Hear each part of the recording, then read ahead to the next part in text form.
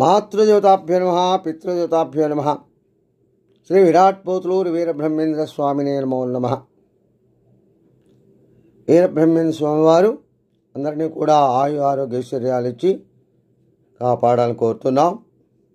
తిరువూరు శేషమునింద్ర ఆశ్రమం నుండి ఆత్మజ్ఞానము ముక్తి మార్గము నుండి కొన్ని విశ్లేషణ ఇచ్చుకుందాం. అవి ఏంటంటే, సత్యశీల ధర్మ సంస్థాపనార్థమై యుగ యుగాల పుట్టు వందు చంద్రు సహజ శక్తి గల్గు సంస్కారులలోన సర్వదేవతలకు వదనంబు దేహంబు గుడులకేగి పాట్లు పడగనేలా నేను మేను నందు నిలుచును బ్రహ్మంబు కాళికాంబ హంస కాళికాంబ అని తెలియజేస్తుంది.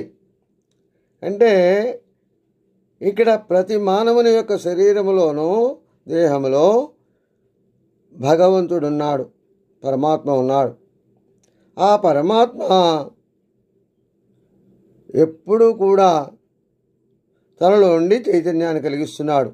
అలాంటి చైతన్యాన్ని కలిగించేటటువంటి శక్తిని, పరమాత్మను తెలుసుకోకుండా తీర్థయాత్రలని గుడుల దగ్గరికి వెళ్ళి అనేక రకాలుగా చూసినంత మాత్రాన తను బ్రహ్మాన్ని తెలుసుకోలేకపోతారు.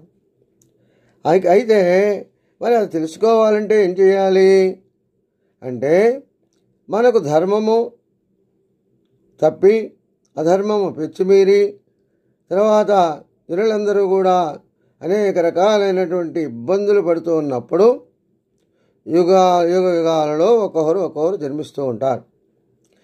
అది ఎలా జన్మిస్తారు? వాళ్ళ యొక్క సహజ శక్తి కలిగినట్లుగా సంస్కారవంతంతో సాధనా సంపత్తితో అంతకుముందు ఆ జన్మలో వారు ఎంతో సాధన చేసి ఈ జన్మలో గురువులుగా ఉద్భవిస్తూ ఉంటారు. అందరికీ తెలియజేయడానికి ఆ ఉద్భవించిన వారిలో శ్రీ విరాట్ పోతులూరు వీరబ్రహ్మేంద్ర స్వామి వారు కూడా ఒకరు. కాబట్టి వీరబ్రహ్మేంద్ర స్వామి వారు చెప్పినటువంటి విషయాలలో ఆ భగవంతుడు ఎలా మనం చూడగలుగుతామో, ఆ బ్రహ్మాన్ని ఏ విధంగా చూడగలుగుతామో, అలా చూసేటటువంటి విధానం ఏమిటో కూడా తప్పనిసరిగా దాంట్లో ఉన్నది. అలాంటి విషయాలన్నీ కూడా గురువుల ద్వారా తెలుసుకొని, తెలిసిన వారి ద్వారా తెలుసుకొని తరించాలని తెలియచేస్తుంది. స్వస్తి. సర్వే జనా సుఖినో భవంతు.